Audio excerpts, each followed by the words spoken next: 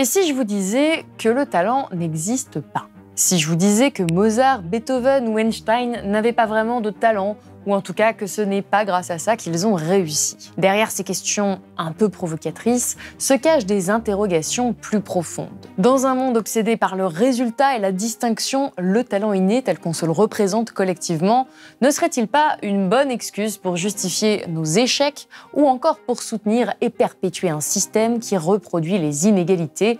C'est une question que mon invité du jour a décidé d'aborder via la science, et pour elle, le verdict est sans appel, le talent est une fiction.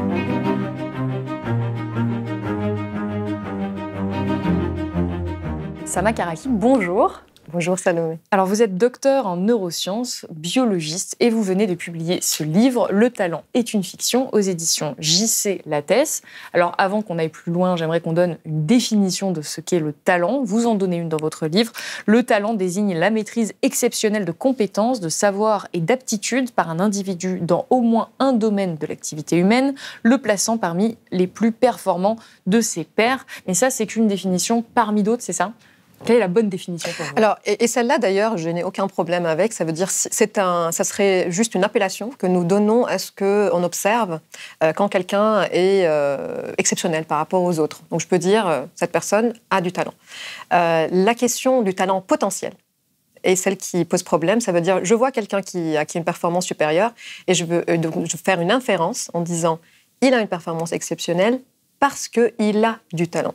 Ça veut dire, c'est quelque chose qui est en lui, qui explique en quelque sorte qu'il a cette performance-là. Et c'est là où donc, le talent est utilisé pour justifier, pour expliquer, et il est considéré comme intérieur à la personne, donc c'est présent dans la définition la plus contemporaine, dans son patrimoine génétique, et dans une définition plus mystique, dans un don de la nature ou d'une certaine divinité. Et oui. c'est là où c'est une fiction, parce que ça renvoie tout ce qui peut expliquer un phénomène observé à quelque chose qui est inné, donc présent déjà dans la personne. Oui, c'est ça, parce que dans l'imaginaire collectif, on a vraiment tendance à penser que le talent, c'est un don, vous l'avez dit, quelque chose de complètement inné. Le titre de votre livre, c'est « Le talent est une fiction ». Donc pour vous, ce talent inné qui serait dans la génétique, il n'existe pas du tout? Il faut d'abord savoir que ce débat de ce qui est inné comparé à ce qui est acquis est complètement dépassé sous une de ses formes. C'est-à-dire qu'on ne se pose plus la question, est-ce que ma biologie, elle prend le dessus sur le social ou l'inverse? Parce que nous savons maintenant que tout ce que je vis façonne ma biologie. Et donc, ils ne sont pas en compétition ou en addition, ils sont en interaction très complexe. Donc, le débat, c'est ne pas de savoir si ce que je suis est causé en quelque sorte par une prédisposition génétique. Bien sûr que ça l'est, et nous n'avons pas les mêmes prédispositions. Donc, bien sûr que nous avons des différences qui peuvent être expliquées par une origine génétique, mais il ne faut pas, et c'est là où ça devient une fiction, c'est quand nos différences de performance sont expliquées par cette prédisposition. Ça veut dire que c'est un peu comme si je veux comprendre pourquoi un oiseau vole plus haut, et je vais expliquer cette performance supérieure aux propriétés de ses plumes. Donc en fait, tout ce qui est patrimoine génétique, c'est une recette. C'est une recette, mais qui existerait sous une forme de plat à manger, par la qualité des ingrédients, par celui qui cuisine, par celui qui goûte, et par beaucoup de phénomènes. Et je ne peux pas expliquer ce plat par sa recette. Donc si je résume, la génétique, c'est un des très nombreux facteurs qui vont constituer ce qu'on appelle le talent. Mais il ne faut pas le comprendre comme une addition. Ça veut dire ce facteur plus ce facteur et quelle part est réservée à chacun des facteurs. Il faut le comprendre vraiment comme une interaction, comme le ciment et la brique. C'est quelque chose qui, il n'y a pas de sens de dire quelle part est réservée à notre patrimoine génétique. Notre biologie, tout en vivant, tout en pensant, tout en ayant n'importe quelle action, je suis en train de modifier. Je suis en train de façonner ce que je porte en moi comme potentiel initial. On va revenir un petit peu plus sur les différents facteurs qui interagissent ensemble pour créer, encore une fois, ce qu'on peut appeler comme le talent. Et pour revenir à quelque chose de plus, qu'on peut comprendre comme ça instinctivement, c'est l'exemple de l'oreille absolue. C'est que pour le commun des mortels, moi, avant de lire ce livre, vous me disiez oreille absolue, je disais, oui, c'est du don. C'est quelque chose qui est uniquement explicable génétiquement. Et vous expliquez que c'est pas du tout le cas, notamment parce qu'il y a d'autres facteurs qui, j'ose plus dire qui s'additionnent, mais qui interagissent, notamment des facteurs environnementaux ou encore le travail. En travaillant beaucoup, on pourrait acquérir potentiellement l'oreille absolue. Voilà, donc il faut savoir que cette compétence, elle est complexe. Elle ne peut pas être rangée sur un seul brin d'ADN, comme d'ailleurs l'intelligence ou la créativité. Donc on ne peut pas avoir, par exemple, le gène de la musique, le gène de l'oreille absolue. Donc quand on va chercher des marqueurs sur notre génome qui sont associés à cette caractéristique-là, on va trouver plusieurs types de marqueurs associés à des traitements auditifs, à la mémoire. Et donc, qu'est-ce que ça nous apprend? Que cette caractéristique, elle n'est pas déjà immuable et elle n'est pas monolithique, elle est plutôt complexe, elle implique plusieurs traits. Comme quoi, par exemple? Comme par exemple le traitement auditif de son. C'est une chose qui fait que dans les personnes qui utilisent des langues tonales, comme le mandarin par exemple, ils vont avoir plus de facilité à développer ce qui serait l'oreille absolue, parce que le mandarin, donc, il a tellement de nuances, ce qui permet de créer plus de sensibilité au niveau du traitement auditif. Donc après, là, il y a un facteur culturel. Voilà, il y a un facteur culturel, d'immersion, comme on apprend la langue, et aussi, donc, il y a d'autres études qui vont montrer que nous pouvons développer l'oreille absolue avec des bons dispositifs. Peut-être qu'on va continuer à développer ces dispositifs, ou ça serait plus tard quelque chose où je vais faire avec les bons. C'est ça ce qu'on fait dans l'éducation, on développe des dispositifs pour commencer à faire avec facilité ce qu'on croyait être réservé à certains.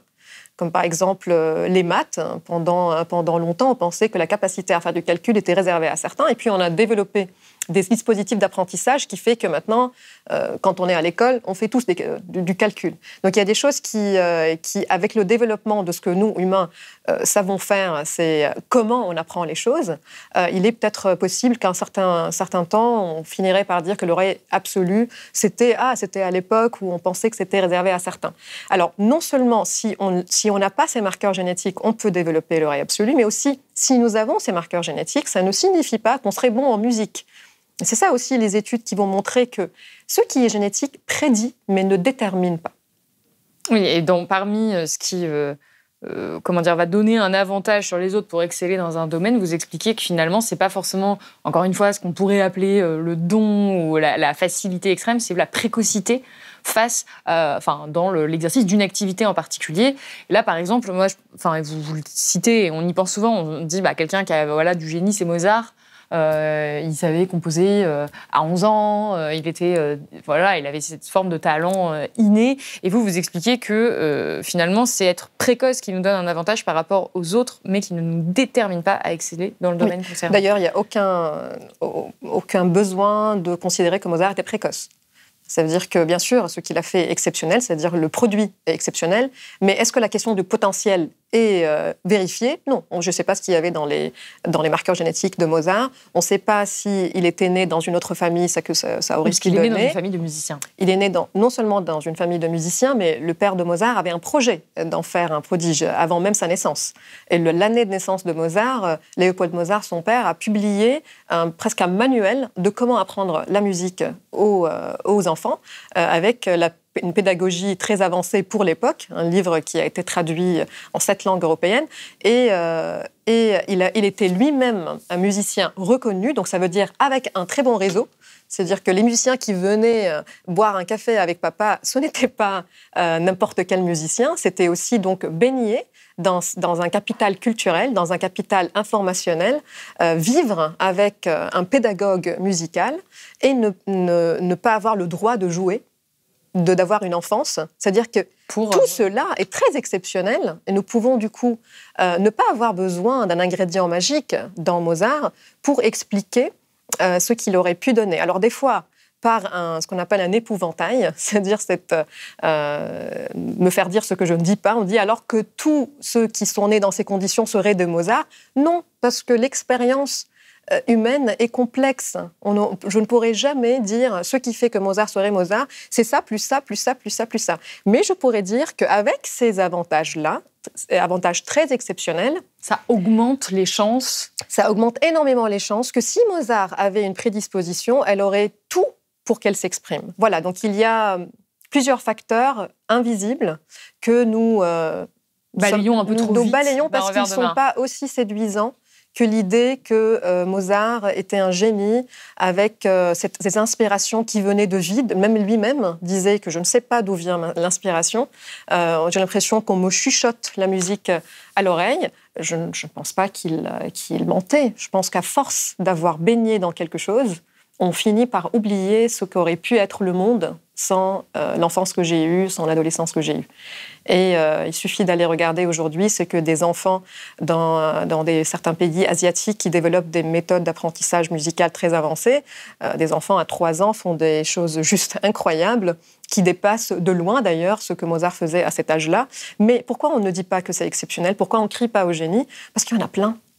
Et donc, voilà. Et en fait, c'est comme ça que l'humanité généralise les dispositifs qui, au début, paraissent comme étant exceptionnels et que finalement, quand on comprend comment un dispositif d'apprentissage fonctionne et qu'on le démocratise, quand tout le monde commence à faire ce qui était faisable par quelques personnes dans le passé... Tout le monde devient un génie. Voilà. En fait, non. Enfin... Le génie n'existe plus. Ça devient quelque chose qui est normal. Et après, rebelote, un trait paraît exceptionnel. Et puis, alors c'est ça qui est intéressant, c'est ça que j'invite aussi dans le livre, c'est que intéressons-nous à ce qui rend cette capacité faisable, parce que c'est ça qui nous permet de faire avancer les dispositifs d'apprentissage collectivement. Et alors rapidement, si on veut résumer un petit peu les différents facteurs qui interviennent dans la fabrication, entre guillemets, du talent, vous avez parlé de la pratique. Vous avez parlé de la qualité, donc pas forcément de la quantité de la pratique, une activité en particulier, mais aussi de la qualité, donc les méthodes d'enseignement, d'apprentissage. Il y a des facteurs environnementaux, finalement, toutes les façons dont on va interagir avec notre entourage, c'est ça, au fur et à mesure des années, ça va moduler notre capacité à exercer une activité ou une autre. Vous m'arrêtez si j'ai mal, mal résumé ou si j'ai mal compris. Et ensuite, il y a les facteurs culturels que vous avez évoqués un peu plus tôt, notamment, par exemple, la pratique d'une langue, et bien sûr les facteurs sociaux sur lesquels on va revenir un peu plus tard. Malgré tout ça, on continue à aimer cette idée de talent. Et encore une fois, moi, avant de lire votre livre, je me suis rendu compte que j'avais plein d'idées reçues sur cette idée selon laquelle il y a des gens qui auraient des dons, qui seraient exceptionnels. Vous déconstruisez cette idée et pourtant, elle perdure. Pourquoi est-ce qu'on aime autant le talent? Qu'est-ce que ça flatte chez nous? Vous parliez tout à l'heure de magie, de quelque chose, d'un peu magique. Alors, bien sûr, déjà, dans son aspect magique, ça peut déjà expliquer une part de pourquoi on est attiré par ce concept, parce que c'est coloré, ce n'est pas aussi fade que de dire que tout s'explique par des facteurs contextuels, que nous sommes des êtres en situation. Donc, en fait, ça nous paraît beaucoup plus séduisant, beaucoup plus joli à raconter des histoires de réussite individuelle. Pardon, dans les facteurs, j'ai oublié les circonstances aussi que vous mentionnez, les hasards de la vie. Voilà, les hasards de la vie qui, disons, ça ferait partie de l'expérience d'une personne. Ça veut dire que ça fait 3 grands facteurs qui interagissent. J'ai ce que j'ai en moi que prédisposition naturelle, j'ai les environnements qui viennent les façonner, et puis j'ai mon expérience qui vient interagir avec cette première interaction. Ça devient très complexe. Et tous ces facteurs sont invisibles.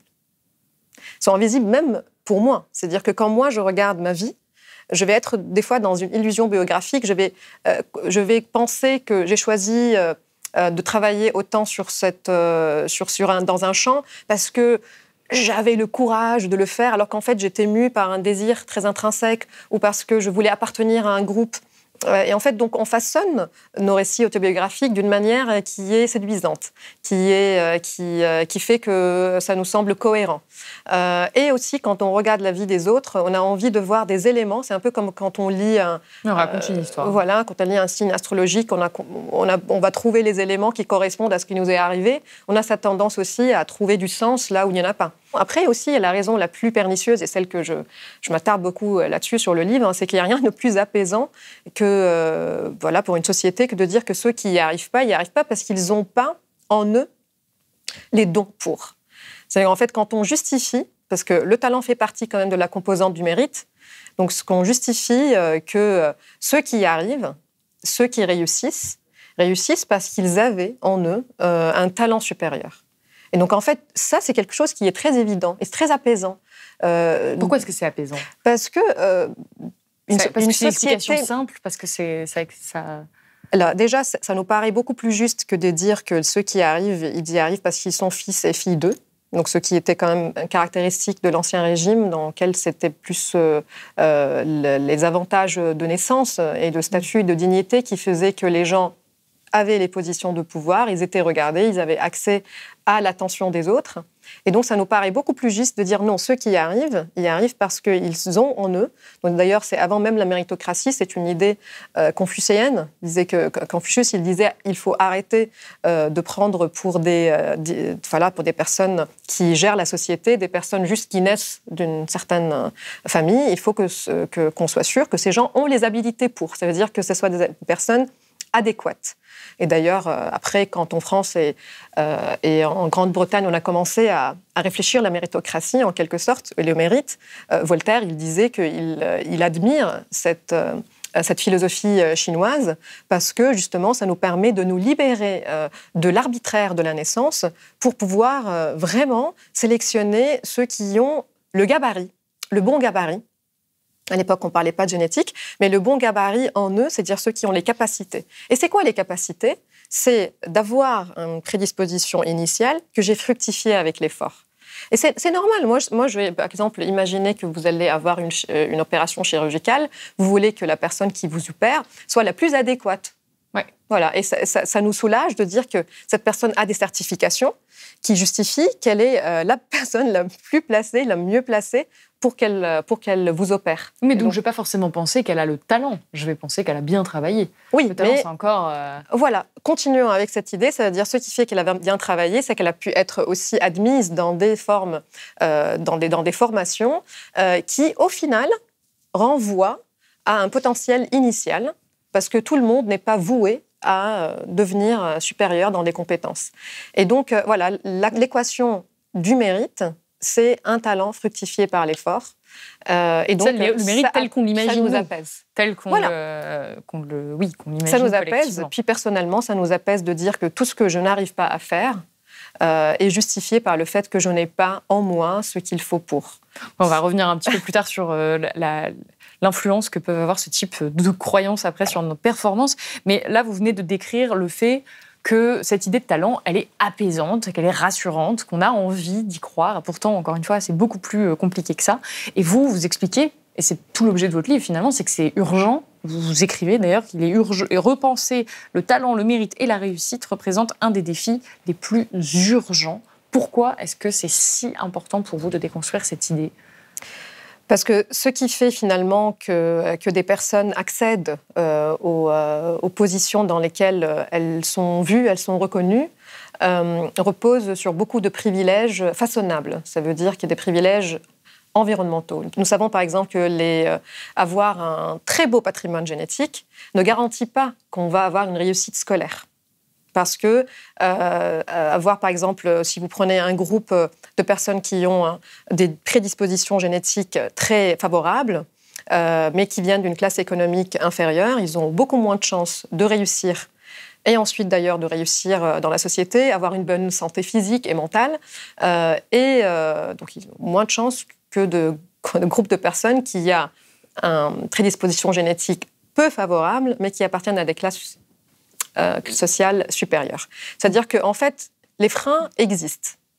Les freins, le frein de classe, les freins de genre, les freins d'origine, voilà, donc en fait, des freins de validisme, tous ces freins existent, et plutôt que nous pensions à les démanteler, nous sommes centrés sur les récits de ceux qui échappent de ces freins. C'est les fameux transclasses.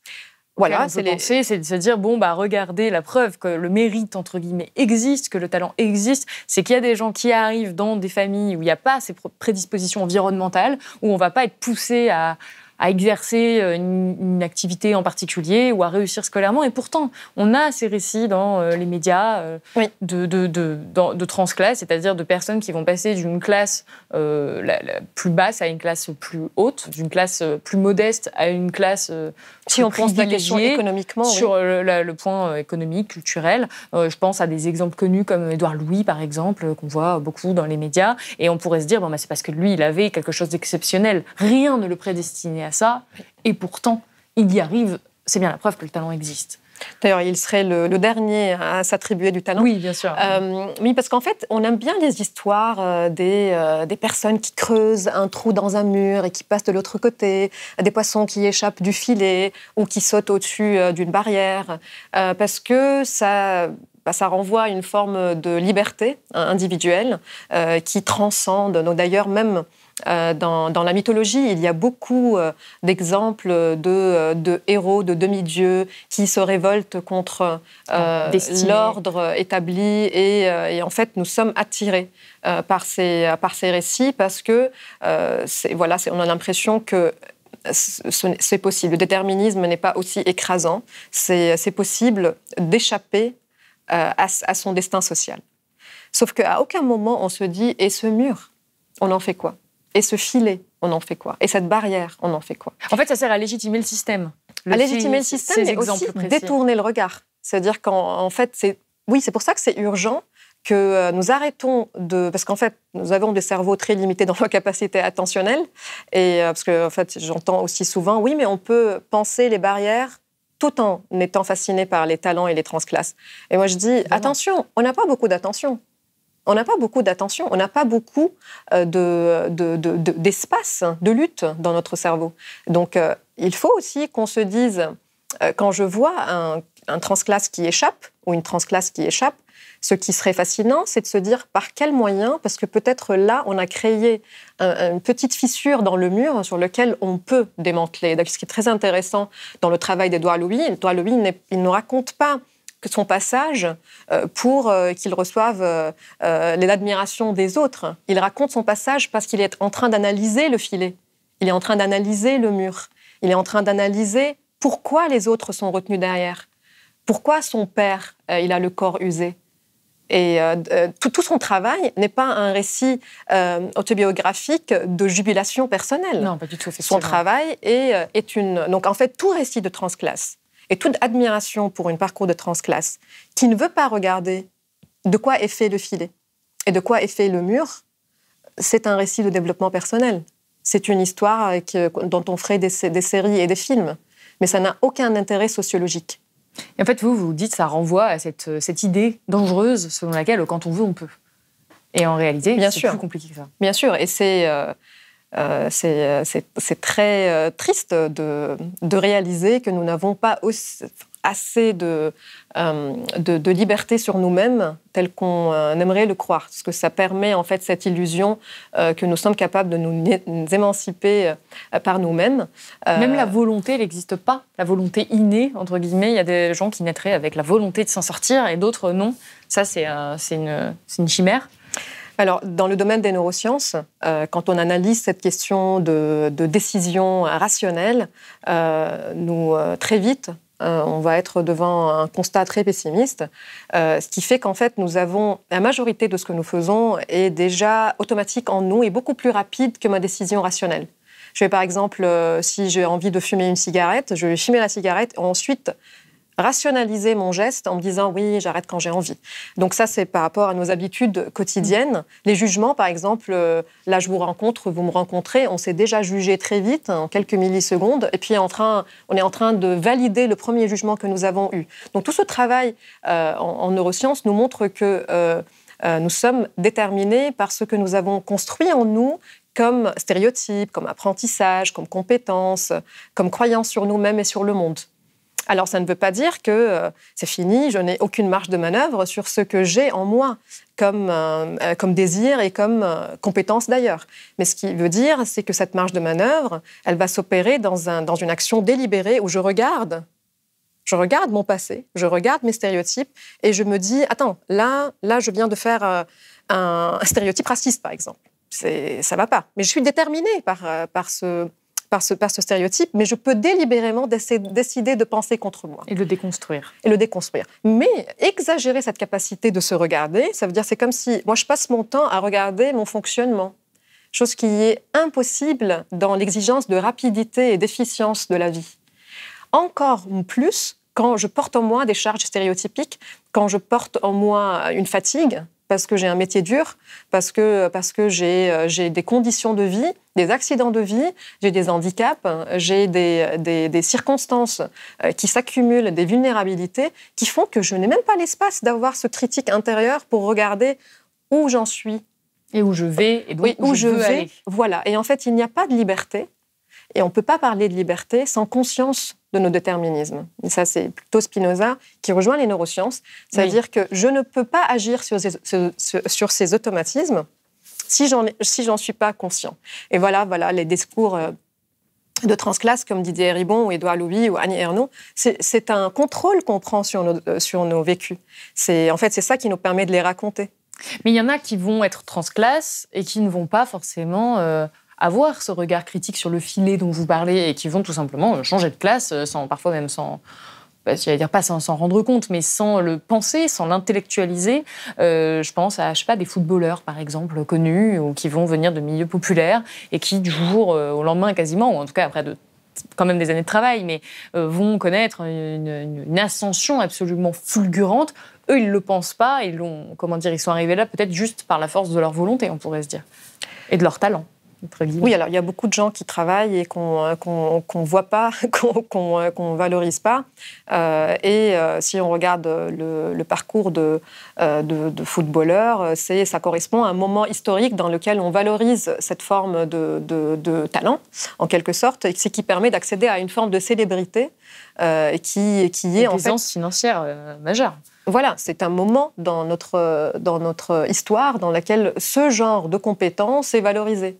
Je dis des fois, imaginez que par exemple, avec les besoins de la société dans laquelle nous sommes, ce serait quelqu'un qui a une sensibilité envers l'équilibre écologique et qui aurait une façon de vivre très en harmonie avec les éléments.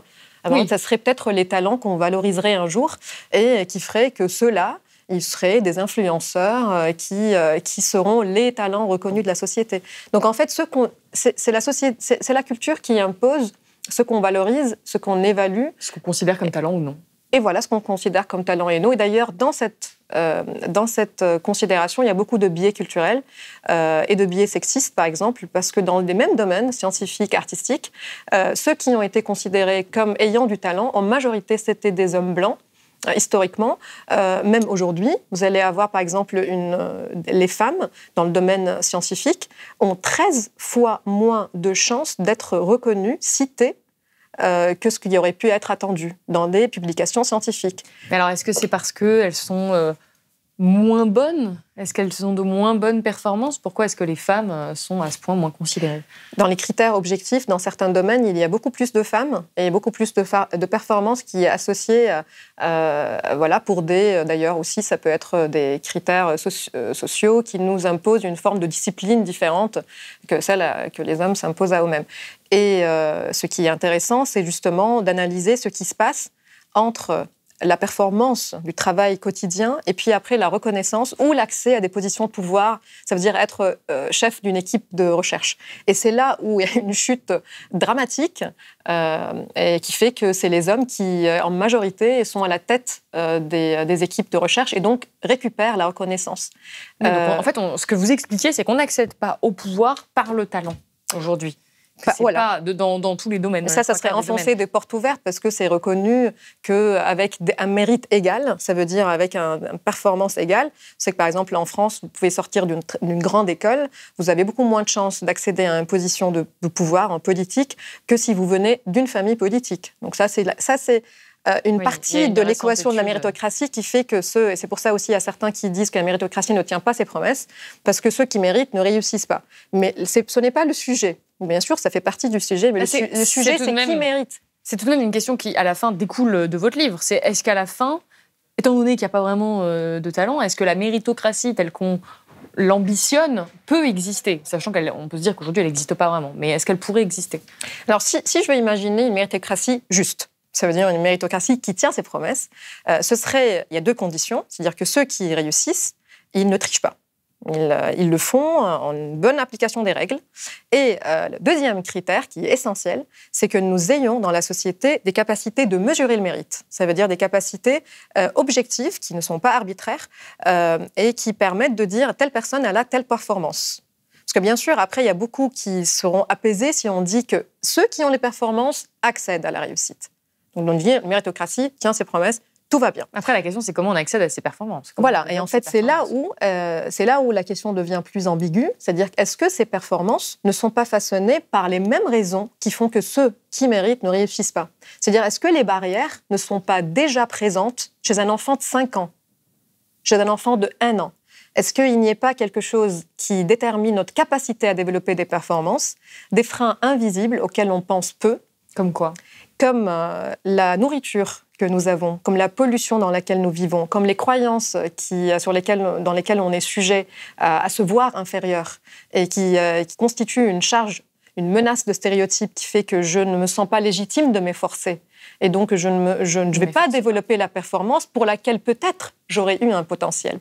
Donc, ça veut dire que est-ce qu'on ne devrait pas réfléchir les environnements qui permettent à nos prédispositions génétiques, supérieures ou inférieures, de s'exprimer, de se réaliser, avant même de questionner est-ce que ceux qui arrivent par un concours de circonstances à valider leur potentiel en performance, à réussir ou pas. C'est-à-dire il y a quelque chose qui est déjà arbitraire et injuste entre cette idée de potentiel et le développement de la performance qui est extrêmement étudiée, mais qui est extrêmement aussi invisibilisé, parce que nous savons que ce qui fait que le cerveau s'attache à apprendre quelque chose est conditionné par la disponibilité mentale que j'ai, par la stratégie que j'utilise pour apprendre. Et si je suis dans un milieu qui ne me présente pas les bonnes stratégies, dans un milieu dans lequel je ne baigne pas donc ça c'est le capital culturel, le capital informationnel, mais il y a aussi à quel point je porte en moi un stress, une anxiété de réussir. Si je suis une femme étrangère, par exemple, qui ne me sent pas légitime d'utiliser une certaine langue, et je suis évaluée avec un même test de prise de parole, j'ai déjà en moi des barrières et des freins qui font que ce serait injuste de m'évaluer de la même façon que les autres. Et je ne dis pas qu'il faut qu'on continue à s'acharner à développer des tests plus justes. Je dis qu'il faut qu'on réfléchisse la société de sorte à ce que ces freins, est-ce qu'on démantèle ces freins-là, ces barrières-là? C'est ce qui fait qu'on est plus ou moins légitime d'appartenir à un milieu culturel, à un milieu artistique, à un milieu scientifique. Pourquoi certaines sphères sont réservées à une élite qui se considère supérieure et talentueuse? Et on finit donc par développer des tests et des certifications qui viennent décrire l'élite et qui ne viennent pas finalement évaluer les performances. Et alors, pour revenir sur un des derniers arguments qui, selon moi, va dans le sens de votre idée, selon laquelle il faudrait déconstruire l'idée de talent, c'est le rôle que peuvent jouer, et vous l'avez dit, parfois très jeunes, les croyances dans le développement de ces performances. Et vous parlez notamment du rôle de l'enseignement, qui, pour vous, pourrait être, en tout cas, à réfléchir ou à changer. C'est-à-dire que lorsqu'un professeur va considérer qu'un élève et pas bon dans un domaine en particulier, il peut malheureusement encourager cet élève à ne pas être bon alors qu'il aurait potentiellement pu l'être. Voilà, donc en fait, il y a des études très tristes à regarder qui montrent que les dés sont jetés très tôt dans la vie par le regard porté du corps enseignant sur des élèves turbulents ou des élèves, par exemple, sales ou des élèves qui ont des comportements qui ne sont pas associés au code d'une certaine... code sociaux. Le regard que porte des fois même le parent sur les compétences de son enfant ou l'éducateur, l'éducatrice, va s'infiltrer jusqu'à la motivation même d'apprendre de l'apprenant. Et donc c'est quelque chose qu'on peut appeler l'effet Pygmalion, c'est-à-dire que la façon avec laquelle je regarde la performance de quelqu'un finit par se réaliser. Donc si je regarde les enfants comme étant capables, ils finissent par le devenir, par cette croyance qui les libère en fait de la question d'être validés ou pas.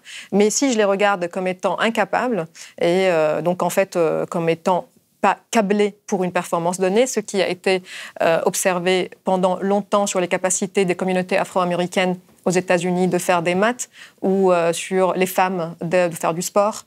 Et donc, en fait, ça faisait que je finis par ne plus avoir envie d'aller pratiquer, m'entraîner et finalement développer la performance. Et la société finit par se justifier par elle-même. C'est-à-dire qu'au final, je regarde et je vais trouver que tel groupe développe moins de performance dans un domaine que l'autre. Et c'est là où je peux faire l'erreur de corrélation en disant, si je regarde des personnes afro-américaines ne pas avoir de bonnes notes en maths, et elles ont ce trait qui les diffère au niveau de la couleur de la peau, donc je vais faire une causalité et je vais dire, cette communauté est mauvaise en maths parce qu'elle aurait quelque chose de génétique qui est lié à la couleur de la peau.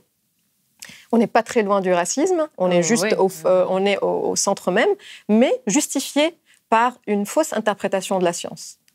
Alors qu'en fait, ce que j'observe dans la société est façonné déjà par toute l'histoire et par tous les enjeux politiques. Et c'est en ça que la science ne devrait pas être politique, mais devrait se prononcer sur les enjeux sociétaux et les enjeux politiques, parce qu'à travers ces idées-là, on définit ce qu'on ferait pour le bien collectif. Est-ce que ça vaut la peine de lever ces barrières de croyance? Est-ce que ça vaut la peine de mener des interventions qui agissent sur les croyances des élèves? Parce que si on se dit que c'est dans les gènes, rien à voir, on passe et on laisse la nature s'exprimer. En tout cas, dans votre livre, on ne va pas tout développer ici, mais vous détaillez toutes les conséquences négatives que peuvent avoir cette croyance en ce mythe du talent, cette fiction du talent, comme vous dites. Et donc, vous expliquez qu'il est urgent de déconstruire cette idée, d'aller à rebours, déjà parce qu'elle est fausse, ensuite parce qu'elle peut provoquer plein d'injustices, vous avez commencé à le mentionner, et que finalement, ça va à l'encontre même de l'idée de méritocratie que c'est censé défendre dans notre imaginaire. Alors, la question que j'ai envie de vous poser avant de terminer cet entretien, c'est comment est-ce qu'on fait, là, en quelques mots, pour déconstruire collectivement cette idée de talent? Alors, voilà, lever les freins, lever les barrières, c'est l'urgence. En prenant compte de toutes les considérations qui sont présentes dans le livre, en voyant à quel point, d'une manière écrasante, les stéréotypes, les menaces du stress, l'environnement, l'éducation, les écoles façonnent nos potentiels d'origine, ce qui vient directement, c'est une colère qui peut être organisée. Donc en fait, on sort de l'apaisement de l'idée du talent, mais on se dit, alors, le monde est injuste, oui. Alors on fait comment ? On lève les barrières collectivement, on réfléchit le système scolaire, on réfléchit le regard que portent les médias sur comment la manière dont ils traitent, par exemple, cette trajectoire dont vous parliez.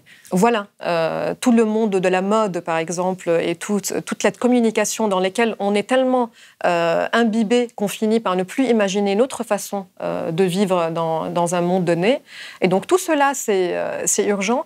Et en fait, dès qu'on en reparle, de ce racisme, de ce classisme, de ce validisme, de ce sexisme, on a l'impression que ça a déjà été défait.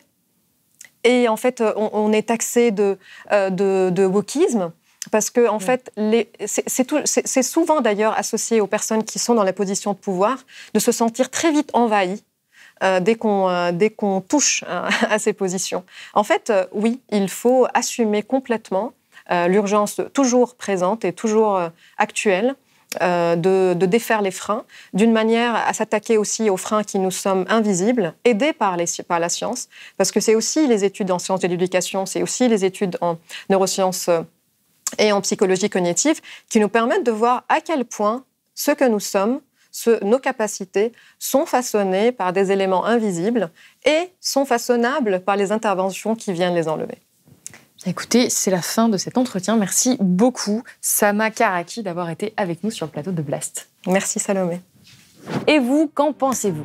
Croyez-vous encore au talent ? J'espère que cette émission vous a plu. Si c'est le cas, je vous rappelle que Blast est un média complètement indépendant. Nous ne vivons que grâce à vous qui nous regardez. Donc si vous le pouvez, faites un don ou abonnez-vous sur blast-info.fr. Et moi, je vous dis à très bientôt.